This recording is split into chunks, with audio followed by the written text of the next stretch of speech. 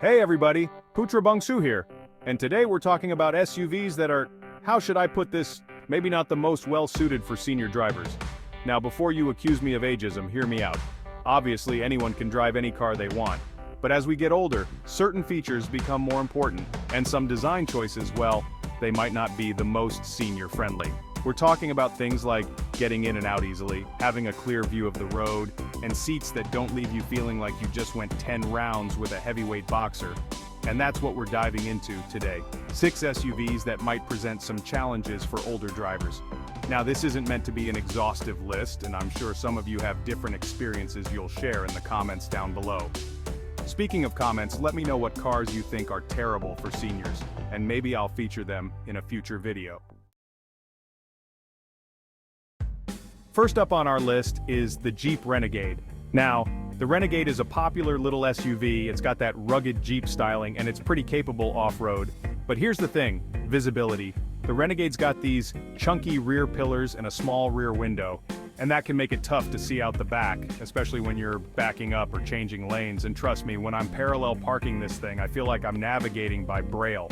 For senior drivers, good visibility is crucial. It's about safety and peace of mind. You want to be able to see what's around you without having to contort yourself into a pretzel. And unfortunately, the Renegade's design doesn't quite hit the mark in that department. Don't get me wrong, the Renegade has its merits. It's got a decent ride height, which can be helpful for getting in and out. But those thick pillars, they're like blind spots on steroids. And I know some of you are thinking, but Doug, there's a backup camera. And you're right, there is. But a camera is just one tool. Nothing can replace good old-fashioned visibility. So, if you're a senior looking for an SUV, you might want to think twice about the Renegade. There are other options out there with a much better view of the road.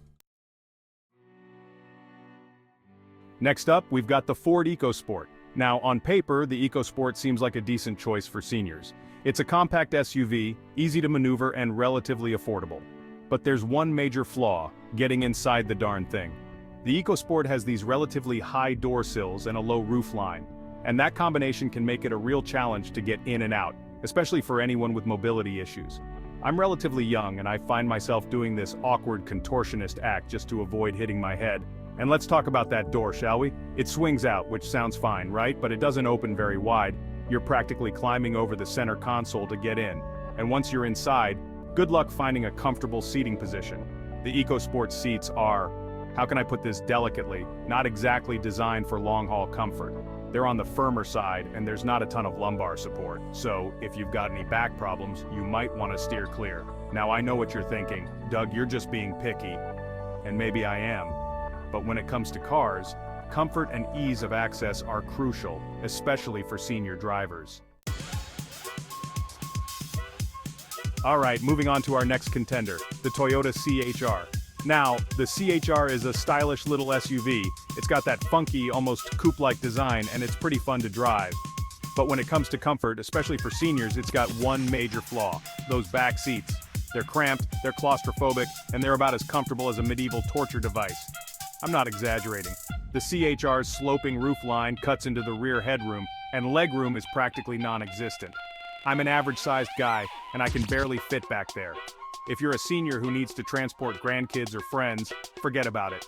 You'll have a mutiny on your hands. Now, I know the CHR isn't really marketed as a family car, but still, for the money you're spending, you'd expect a bit more practicality, and that's not even getting into the ride quality. It's stiff, it's bouncy, and you feel every bump and crack in the road. It's like driving a shopping cart with square wheels. Not exactly what you want for a comfortable ride, especially if you've got any joint issues.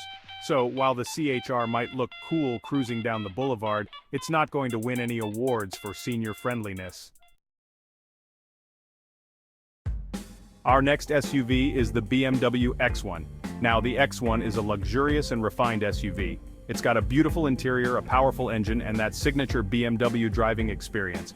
But there's one area where it might leave some seniors scratching their heads: the technology. BMW is known for its iDrive infotainment system, and while it's gotten better over the years, it can still be a bit overwhelming, even for tech-savvy folks. There are menus within menus, settings upon settings, and it can feel like you need a degree in computer science just to change the radio station. And don't even get me started on the gesture control. I mean, who really needs to twirl their finger in the air to adjust the volume? It's all a bit much, and for seniors who are used to simpler, more intuitive controls, it can be a real turnoff. Now, I know some seniors are perfectly comfortable with technology, but for those who aren't, the X1's tech overload can be a deal breaker. It's a shame because the rest of the car is quite good. But when you're constantly fiddling with menus and trying to figure out how to turn on the heated seats, it kind of takes away from the driving experience. The Land Rover Discovery Sport, it's a handsome SUV with a prestigious badge. It's got that go-anywhere, do-anything attitude that Land Rovers are known for. But there's one thing that might give seniors pause: the maintenance costs. Land Rovers, as we all know, have a bit of a reputation when it comes to reliability, and that reputation, unfortunately, is not entirely undeserved. The Discovery Sport, while a capable vehicle, can be prone to some, shall we say, electrical gremlins and other issues that can lead to some hefty repair bills. And let's be honest, nobody wants to be constantly shelling out money for repairs, especially seniors living on a fixed income. It's stressful, it's inconvenient, and it can really put a damper on the joy of owning a car. Now, I know some people are willing to pay a premium for the Land Rover experience, but for seniors who are looking for a reliable and affordable SUV, the Discovery Sport might not be the wisest choice. There are plenty of other SUVs out there that offer similar capabilities without the potential financial headaches. Last but not least, we have the Mitsubishi Outlander. Now, the Outlander is a decent SUV. It's got a spacious interior, a comfortable ride, and it's relatively affordable. But there's one area where it falls short, especially for seniors' fuel efficiency. The Outlander is not known for its stellar gas mileage. In fact, it's one of the thirstier SUVs in its class, and with gas prices being what they are these days, that's a major concern for anyone, but especially for seniors living on a fixed income. Every trip to the gas station is like a punch to the wallet, and when you're trying to stretch your budget, the last thing you need is a gas-guzzling SUV. Now, I know some people don't mind sacrificing fuel efficiency for other features, but for seniors who are looking for an economical and practical SUV, the Outlander might not be the best choice. There are plenty of other SUVs out there that offer similar space and comfort without guzzling gas like it's going out of style. So, there you have it. 6 SUVs that you might want to steer clear of if you're a senior driver. Remember, these are just my opinions, and your experiences may vary.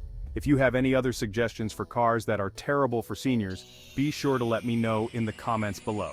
And if you're a senior who loves their Renegade or EcoSport, tell us why. We'd love to hear your perspective. As always, thanks for watching. And don't forget to like, subscribe, and hit that notification bell for more car reviews, comparisons, and automotive adventures.